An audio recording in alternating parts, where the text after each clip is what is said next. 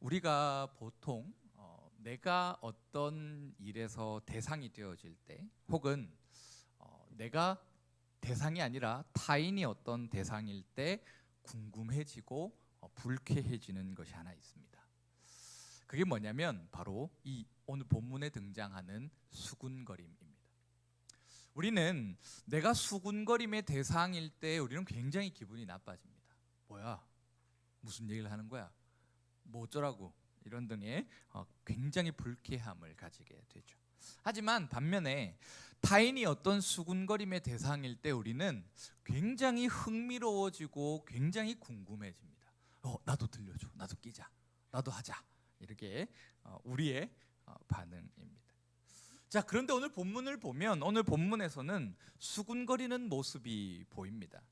저기서 웅성웅성거리고 있고 또 여기서 웅성웅성거리는 그런 수군거림의 모습들이 오늘 본문에 보여지고 있습니다. 과연 이 사람들은 왜 수군거리고 있는지 한번 들어가 보겠습니다. 자, 사람들이 말합니다. 얘들아, 어떻게 저 사람이 하늘에서 내려온 떡이라고 할 수 있지? 그렇게 얘기하자 다른 사람이 말합니다. 그래, 내가 저 사람 부모님을 아는데 저 사람 부모님이 아마 요셉과 마리아일걸?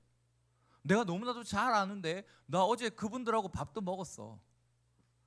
이에 모든 사람들이 동조하며 웅성웅성 거리는 것이 바로 오늘 본문의 분위기라는 거예요. 여기서 저기서 그러니까 그래, 나도 저 부모님을 아는데 어떻게 저 사람이 하늘에서 내려왔다라고 할 수 있지? 어떻게 하늘에서 내려온 떡이라고 할 수 있지? 라고 웅성웅성 거린다라는 거예요. 사람들이 이렇게 웅성웅성 거리는 이유는 바로 오늘 본문 43절이 얘기하고 있는 것처럼, 41절이 얘기하고 있는 것처럼 예수님께서 하늘에서 내려온 떡이다라고 말씀하셨기 때문이라는 거예요. 오늘 본문 앞부분에서 모세가 너희들에게 떡을 준 것이 아니라 내 아버지께서 하늘에서 떡을 내려주셨다라는 이 말 때문에 지금 이 사람들은 예수님을 두고 둘러싸서 웅성웅성 거리며 수군거리고 있다라는 거죠. 자, 그런데 우리는 여기서 한 가지를 생각해야 합니다. 사실 이 사람들은 무엇을 경험했던 사람들이라고요? 어떤 기적을 봤던 사람들입니까? 오병이어를 봤던 사람들이라. 오병이어가 뭡니까? 쉽게 말하면 물고기는 제쳐두고 떡 5개로 5,000명을 먹였던 사건이에요. 그리고 심지어는 남자만 5,000명이기 때문에 조금 과장되게 좀 더 넓게 범위를 잡아보자면 대략 한 5만 명 정도 되는 사람을 먹이신 사건이 바로 이 오병이어라는 거예요. 그렇게 그 많은 사람들이 배불리 먹고 충분히 먹고 남은 게 12바구니, 그 정도 남았다라고 할 만큼 굉장히 놀라운 사건이 바로 이 오병이어라는 거예요. 그러면 이 사건을 경험했던 사람들이라면 예수님께서 하늘에서 내려온 떡이다, 내가 하늘로부터 내려왔다라고 했을 때 어느 정도 인정할 수 있어야 한다라는 거예요. 그렇지 않나요? 오병이어를 사람이 행할 수 있습니까? 오병이어가 사람이 뚝딱 해낼 수 있는 그런 양의 빵입니까? 뭐 빵 한 덩어리가 이만해가지고 뭐 한 요만큼씩 나눠서 줬다 쳐요. 그럼 한 50명은 먹을 수 있겠죠? 이만한 빵이면. 그럼 그게 5개니까 한 200명은 먹었다 쳐요. 한 250명. 그게 다라는 거예요. 근데 오늘 이 오병이어 사건에서 있어서의 핵심은 배불리 먹고도 남았다라는 거예요. 떡 5개로. 그럼 이제 행간의 이제 자유주의 신학자들이 이렇게 표현해요. 떡이 얼마나 컸길래 그 5,000명이나 먹고도 남느냐라고 표현하는데 이거 불가능한 일입니다. 오병이어가 예수님께서 떡과 물고기를 사다가 이들에게 나눠주신 것도 아니에요. 예수님께서 오병이어 사건을 일으키시기 전에 빌립에게 물으시죠. 빌립아, 먹을 걸 줘라. 그때 빌립이 뭐라고 얘기해요? 예수님, 이거 한 200데나리온은 들겠는데요? 못 줍니다. 이렇게 표현한단 말이에요. 200데나리온이 얼마냐면요, 오늘날로 치면 하루 품삯이 15만 원이죠. 그죠? 일당 15만 원 치고 200일이에요. 200데나리온. 얼마예요? 15만 원 곱하기 2는 그렇죠. 3천만 원입니다. 3천만 원. 15만 원 곱하기 200이니까 그죠? 3천만 원이에요. 3천만 원. 네. 자, 여러분들 3천만 원 있어요? 지금 5천 명이 앉아서 예수님 배고파요 하고 있는데 예수님이 주머니에서 갑자기 이렇게 해서 신용카드를 꺼냈어요? 끌고. 그게 아니잖아요. 이 당시에는 하루 일을 해야만 하루 품삯이 주어지는 거예요. 그러면 지금 200일치의 일당을 다 받은 거라고 봐야 된다는 거예요. 불가능한 일이에요. 지금 예수님께서 분명히 오병이어를 통해서 이 사람들에게 무엇을 보여줬냐면 예수님께서 하나님의 아들이시다라는 것을 가늠할 수 있도록 해줬어요. 그죠? 사람의 아들이 아닐 수 있겠구나라는 정도를 깨닫게 하셨다라는 거예요. 그러니까 이 사람들도 오병이어를 좀 경험했으면 예수님께서 내가 하늘에서 왔다라고 했을 때 그래 그럴 수 있겠다. 뭐 사람은 아닌 것 같다. 일단 사람을 능가하는 어떤 능력이 있는 분이구나라는 것을 짐작하고 알았다라는 거예요. 그래서 이 무리들은 예수님을 왕으로 삼으려 했잖아요. 붙잡아다가 왕으로 삼으려고 했는데 그게 안 되어서 예수님을 계속 찾아서 쫓아오고 쫓아온 모습이 오늘 본문이거든요. 마치 이 사람들은 따로 떼놓고 본다라는 거예요. 지금 예수님을 통해서 이 오병이어 사건을 보면서 예수님께서 뭔가 좀 특별하시다, 우리랑 다르구나 라는 정도는 알았는데 그래서 뭐라는 거예요? 그래서 마치 우리가 하나님의 뜻대로 살아가야 한다라는 것을 알지만 어떻게 해요? 살아갑니까? 하나님 뜻대로 사셨어요? 그렇게 살지 않는 우리와 너무나도 닮아 있다라는 거예요. 왜 이 사람들은 예수님께서 베푸신 오병이어를 받지만 예수님이 내가 사람의 아들이 아니라 하나님의 아들이요 하늘에서 내려온 너희를 살릴 떡이다 라고 말씀하셨을 때 수군거리기 시작했느냐? 왜? 우리가 오늘 본문을 통해서 그 이유를 좀 살펴보려고 합니다. 자, 예수님을 두고 수군거리는 유대인들을 향해서 예수님께서 오늘 본문 43절에서 51절까지 이렇게 얘기하세요. 먼저 43절에서 예수님이 단칼에 명령을 하십니다. 뭐라고 하냐면 서로 수군거리지 마라. 너가 수군거리지 마라 라고 얘기하세요. 그러면서 예수님께서 수군거려서는 안 되는 세 가지 이유를 들어주시는데 그 첫 번째가 바로 44절에서 등장합니다. 자, 44절에 보면 이렇게 기록해요. 나를 보내신 아버지께서 이끌지 아니하시면 아무도 내게 올 수 없으니 오는 그를 내가 마지막 날에 다시 살리리라 라고 말씀하세요. 지금 44절에서 예수님께서 하시고자 하는 말이 무엇이냐면 지금 이 사람들이 42절에서 뭐라고 얘기했어요? 내가 예수님 부모님 아는데 내가 어제도 밥 먹고 그거네요. 느서장 네. 있습니다. 그런 영화가 있어요. 그 최민식 아저씨 나온 유명하신 느서장 내가 어제 밥도 먹고 다 했어 하는 거. 죄송해요, 못 살렸습니다. 네.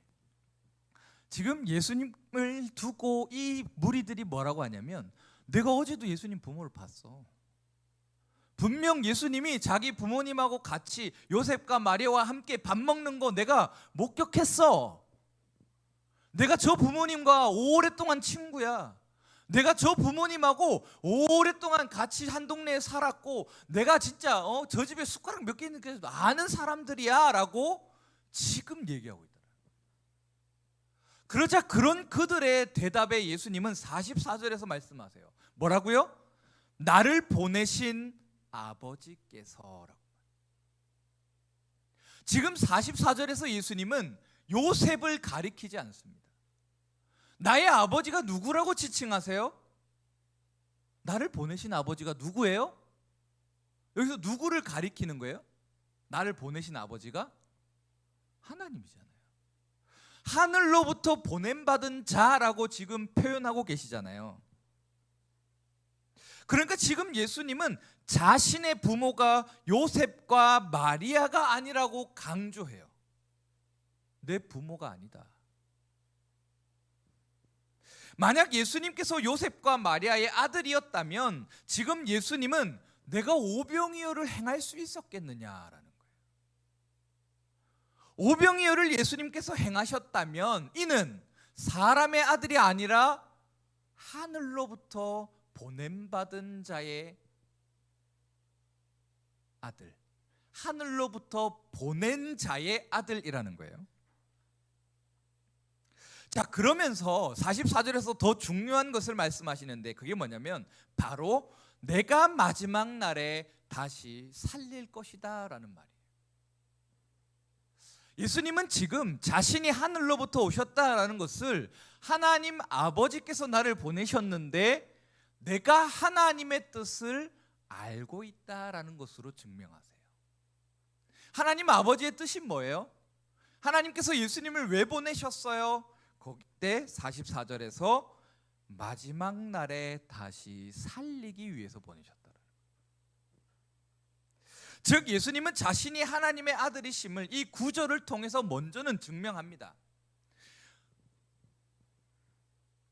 너가 알고 있다라고 하는 요셉과 마리아를 넘는 더 근원적이고 오히려 모든 부분에서 예수님의 아버지 되시는 하나님, 그 하나님을 예수님은 이렇게 얘기한다라는 거예요. 너가 하나님 아니?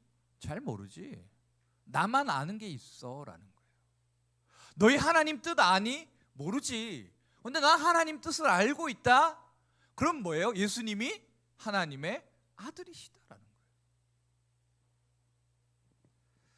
바로 예수님께서는 모든 사람들이 알지 못하는 하나님의 뜻, 마지막에 모든 사람들을, 하나님께서 선택하신 모든 사람들을 다시 살리실 것을 계획하고 계시는 그 뜻을 예수님께서 아시고 예수님께서 이 땅 가운데 행하시기 위해서 오셨다라는 거예요. 구약을 그렇게 열심히 연구했고 구약을 그렇게 달달달달달 외운다라고 했던 유대인들도 알지 못했던 거, 바리새인들과 서기관들도 알지 못했던 이 성경의 핵심을, 구약 성경의 뜻을 숨겨졌던 그 계시를 예수님께서 말씀하고 계신다.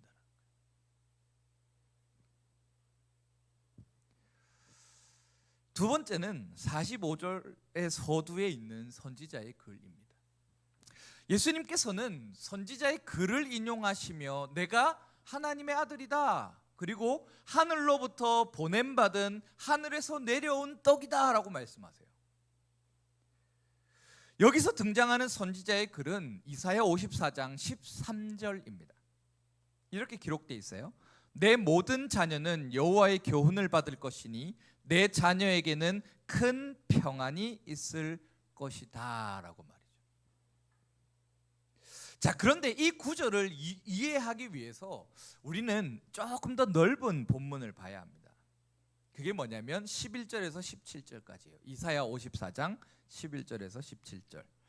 너 곤고하며 광풍에 요동하여 안위를 받지 못한 자여, 보라 내가 화려한 채색으로 내 돌 사이에 더하며 청옥으로 내 기초를 쌓으며 홍보석으로 내 성벽을 지으며 석류석으로 내 성문을 만들고 내 지경을 다 보석으로 꾸밀 것이며 내 모든 자녀는 여호와의 교훈을 받을 것이니 내 자녀에게는 큰 평안이 있을 것이며 너는 공의로 설 것이며 학대가 내게서 멀어질 것인즉 내가 두려워하지 아니할 것이며 공포도 내게 가까이 하지 못할 것이라. 보라 그들이 분쟁을 일으킬지라도 나로 말미암지 아니한 것이니 누구든지 너와 분쟁을 일으키는 자는 너로 말미암아 패망하리라. 보라 숯불을 불어서 자기가 쓸만한 연장을 제조하는 장인도 내가 창조하였고 파괴하며 진멸하는 자도 내가 창조하였은즉 너를 치려고 제조된 모든 연장이 쓸모가 없을 것이라. 일어나 너를 대적하여 송사하는 모든 혀는 내게 정죄를 당하리니 이는 여호와의 종들의 기업이요 이는 그들이 내게서 얻은 공인이라 여호와의 말씀이니라. 바로 오늘 이사야 54장 11절에서 17절은 곤고하여 광풍에 요동하여 안위를 받지 못한 자라고 대상을 지칭합니다. 이들이 누굽니까? 지금 이스라엘 백성들이잖아요. 광풍에 모든 것이 날아가 버리고 공고하며 안위를 받지 못한 자, 평안을 누리지 못하는 자, 모든 것이 바벨론의 포로로 끌려가면서 모든 것이 허물어지고 모든 것을 빼앗기고 모든 것이 사라져버린 이스라엘 백성들 가운데 하나님께서 약속하시는 게 뭐냐라는 거예요. 그렇게 희망도 없고 소망도 없고 왜 살아가야 하는가라는 질문만 던지고 있는 이스라엘 백성들의 삶에 하나님께서 지금 더 화려하고 더 멋지고 더 완전한 나라를 주시겠다라고 약속한다라는 거예요. 화려한 채색으로 내 돌 사이에 더한다라는 거예요. 청옥으로 기초를 쌓고 홍보석으로 성벽을 짓고 성류석으로 성문을 만들고 내 모든 땅의 영역을 다 보석으로 꾸며지게 되는 그 나라, 그 나라를 주시겠다라는 거예요. 주시겠다. 어때요? 보석으로 꾸며진 성, 보석으로 꾸며진 나라 어떻습니까? 어때요? 별로입니까? 이스라엘 백성들이 기대하지 않았을까요? 기대했겠죠.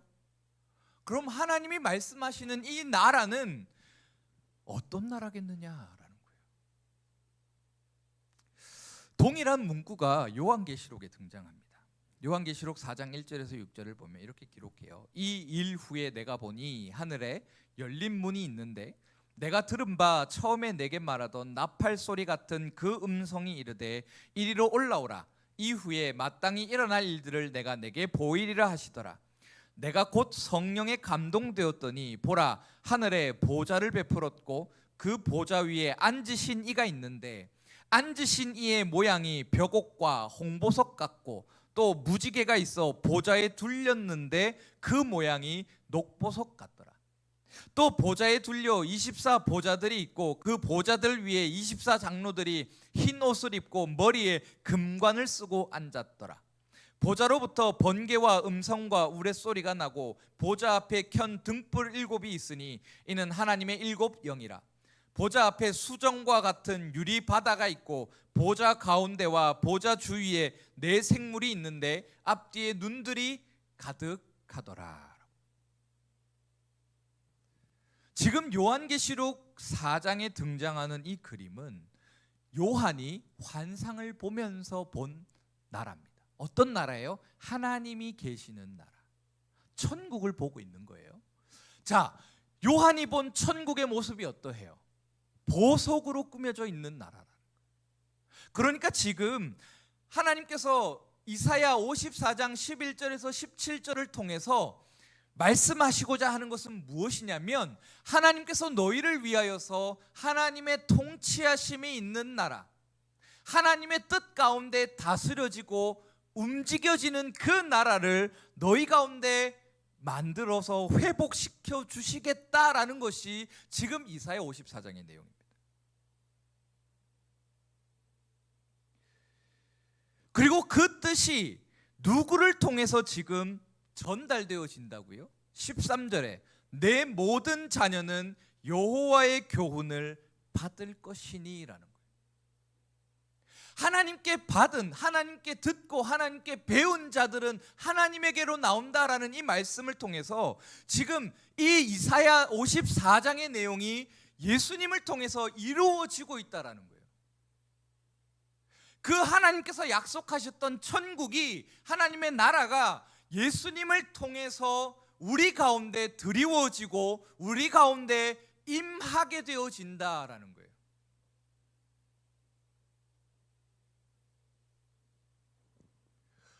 그러니까 지금 이사야 선지자 또한 누구를 하나님의 아들이라고 얘기하는 거예요? 예수님. 이사야 선지자 또한 예수님을 향해서 저분이 하나님의 아들이시다라는 것을 선포한다라는 거예요. 그러면서 예수님께서 이 땅 가운데 이루시고 성취하실 그 하나님의 뜻 뭡니까? 하나님이 통치하신다라는 거. 하나님의 주권 속에 우리가 하나님의 백성으로서 살아가게 되는 그 나라를 지금 말씀해 주고 계신다, 보여주신다라는 거예요.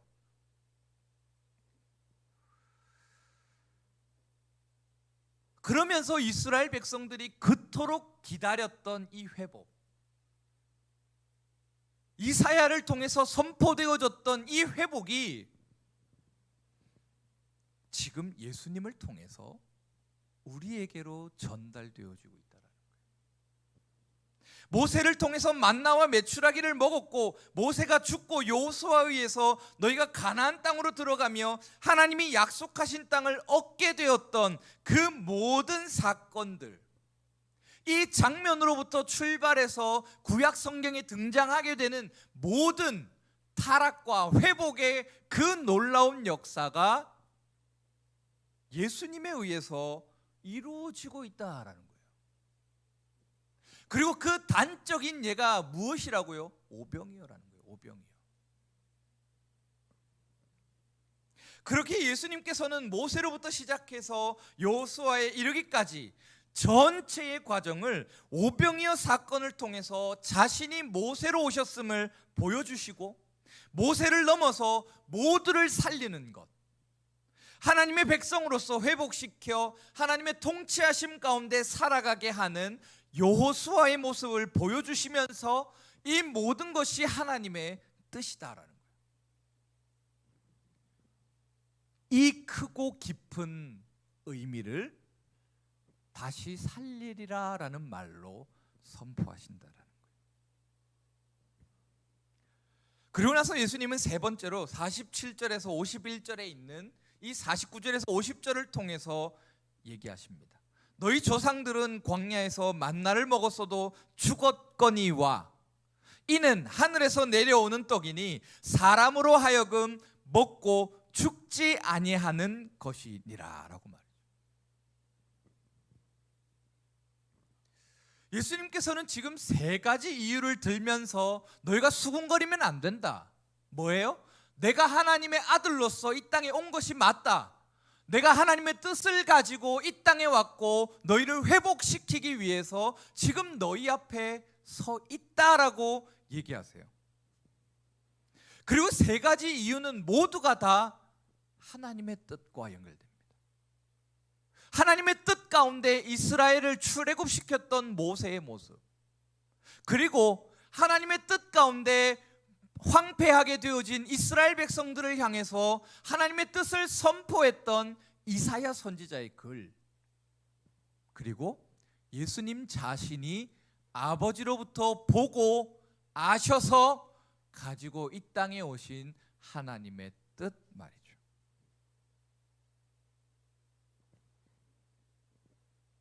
그리고 우리는 예수님이 하신 세 가지 말씀을 보게 되었을 때 우리는 오늘 본문 42절에서 유대인들 곧 큰 무리가 했던 말을 다시 기억하게 됩니다. 그게 뭐예요? 내가 예수를 아는데, 내가 저 예수의 부모를 아는데, 내가 예수의 집안도 알고 내가 예수의 모든 것을 다 아는데 라고 했던 이들의 그 떵떵거리며 했던 큰 소리를 우리는 다시 기억하게 된다. 그러나 오늘 본문을 통해서 예수님의 그 증명하신 세 가지 이유를 통해서 우리는 그들이 말했던 그 말이 거짓말이라는 것을 또한 깨닫게 되어집니다. 내가 너고 부모님 아는데 네가 하늘에서 내려온 떡이라고? 네가 어떻게 하나님의 아들이 될 수 있지? 네가 어떻게 사람을 살리는 떡이 될 수 있느냐라고 말했던 이들의 그 안다라고 했던 그 자신감이 결국은 자만이요 교만이었음을 우리는 보게 되어진다라는 거예요. 오히려 이들은 예수님을 안다라고 했지만 예수님을 전혀 알지 못하는 자들이라는 거예요. 내가 예수님 부모님 알아요. 내가 예수님 좀 알아요. 그래서 뭐라는 거예요? 그래서 뭐? 예수님을 안다고 하면서 어떻게 너는 예수님이 왜 오셨는지, 무슨 뜻을 가지고 이 땅에 오셔서 왜 고아와 과부와 죄인들과 함께 하시는지를 왜 알지 못하느냐라는 거예요. 오히려 이들은 지금 오병이어 기적을 바라보고 예수님을 쫓아와서 찾아와서 예수님을 집요하게 따라와서 내가 예수님 아는데 어떻게 예수님이 우리에게 영원한 생명을 줄 수 있습니까? 라고 말한다라는 거예요. 모순이지 않느냐라는 거예요. 모순이지 않느냐. 분명 이들은 오병이어를 봤다면 예수님께서 말씀하시는 이 하늘에서 내려온 떡이다라는 것의 의미를 알았어야 해요. 알았어요.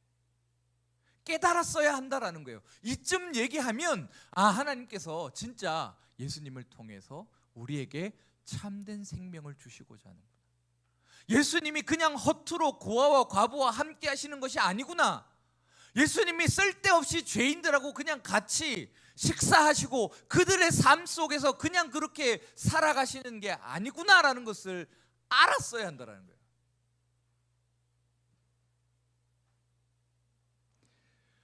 이들이 예수님을 안다고 한다면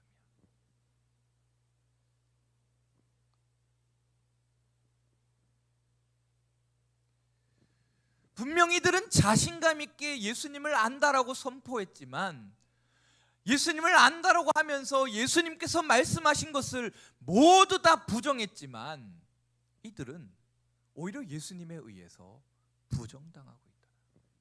너희 하나님 뜻 아니? 그게 뭐예요? 너희 하나님이 왜 예수 그리스도를 이 땅에 보내신지 아니? 왜 보내셨는데요? 이루고 있다라는 거예요. 그렇게 우리는 예수님께서 하신 말씀들 가운데서 나를 보내신 아버지께서 이끄시는 사람, 하나님이 선택하신 자들로서 하나님의 통치하심 속에 살아가는 하나님의 가르치심을 받은 자들, 예수님을 믿음으로 마지막 날에 다시 살아나게 될 자들의 오늘 예수님을 안다라고 하는 자들이 포함되지 않는다라는 것을 우리는 느끼게 되어진다. 아이러니하지 않습니까?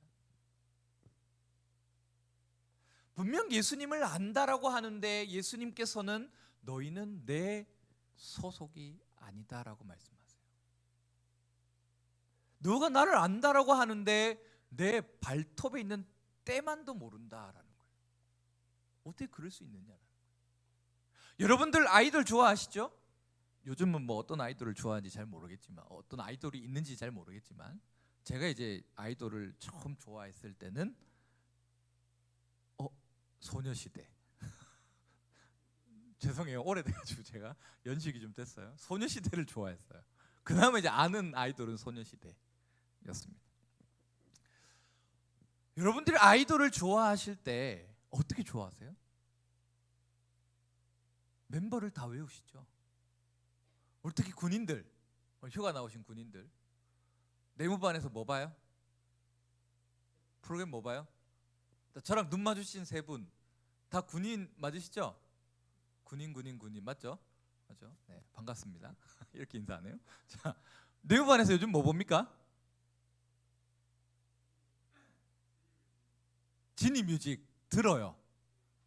어떤 노래를 주로 들으세요? 발라드? 팝송? 그럼 고참들이 주로 뭘 틀어줘요? 누군지 모르겠지만 아이돌이네요. 그죠? 아이돌을 노래를 틀어줍니다. 군대가 그래요. 자, 아침에 눈 뜨면 이렇게 자기 전에도 이렇게 보고 자는 그런 관계. 요즘 중학교, 고등학교 애들을 보면 아이돌 하면 달달달달 나와요. 생일부터 혈액형, 뭘 좋아하는지, 이 사람이 뭐 자라온 성장 배경 다 알아요. 다. 너 그거 어떻게 하는데? 그러면 그거 알 수 있대요. 어떻게 아는데? 라고 물으면 비밀이에요. 라고 하더라고요. 예수님을 안다고 했으면 이 사람들이 예수님이 보여준 모든 행동 하나하나를 다 꿰어야 해요, 사실. 그런데 지금 이 사람들은 예수님을 안다라고 하면서 예수님을 쫓아오면서 예수님을 왕으로 세워서 왕으로 삼으려고 했던 사람들인데도 이들이 어때요? 예수님에 대해서 관심이 전혀 없더라. 참 아이러니하지 않습니까? 그럼 이들은 뭐냐면 가짜라는 거예요. 가짜. 오늘 본문은 우리에게 이걸 보여줍니다. 여러분들 예수님 아십니까? 하나님 아세요? 하나님이 어떤 분이세요? 예수님이 어떤 분이시죠? 나와 무슨 상관이 있으시죠? 그랬을 때 여러분들은 무엇라 대답하시겠느냐라는 거예요. 과연 우리는 예수님을 안다라고 하고 예수님을 믿는다라고 하면서 우리는 어떠한 모습으로 예수님을 바라보고 있느냐라는 거예요. 나는 어떠한 의도를 가지고 어떠한 것을 얻기 위해서 예수님을 쫓고 있느냐라는 거예요.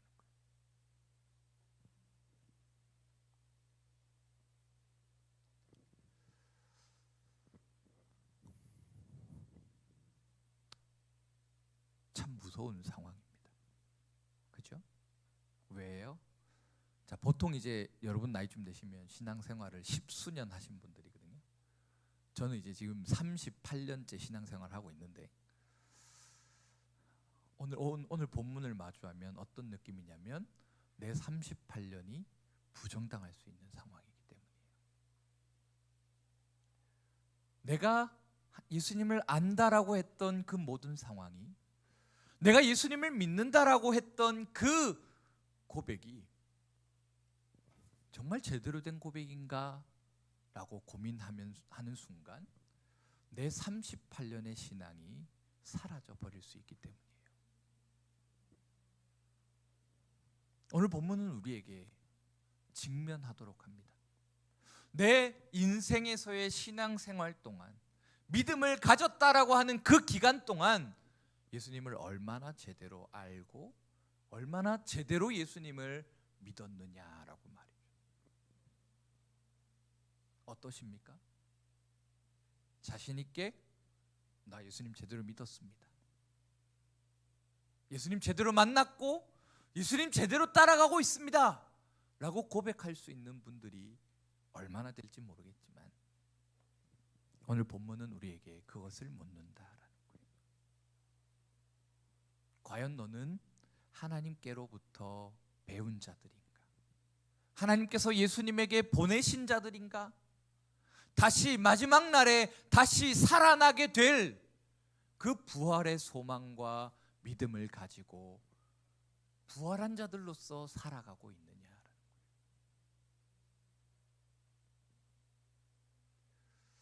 아주 쉽게 질문을 던지면 우리가 늘 얘기합니다. 습관처럼 뭐라고 해요? 하나님 뜻대로 살아야죠. 고백하시죠? 선택의 갈림길에 있을 때 기도 부탁할 때 뭐라고 해요? 두 가지 길이 있는데 하나님 뜻대로 선택할 수 있게 기도해 주세요. 하죠? 하죠? 아예 그것도 안 합니까? 두 가지 선택길이 있으면 내 마음대로 하겠습니다 하고 끝냅니까? 중간쯤이에요? 그 어디도 아닌, 여기도 아닌, 저기도 아닌?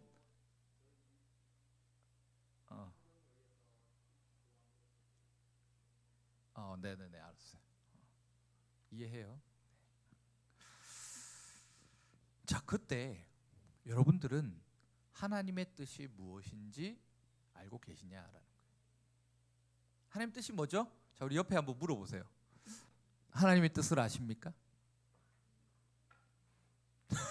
자, 하나님의 뜻을 아십니까?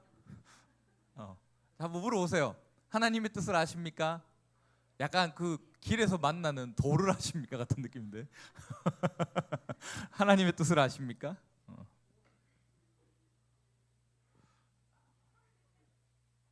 우리가 이 정도 이런 오랜 기간 동안 신앙생활을 했다면 우리는 하나님의 뜻을 알아야 합니다. 그리고 사실 하나님의 뜻을 알아야 우리의 신앙과 믿음은 바른 방향을 향해서 나아갈 수 있습니다.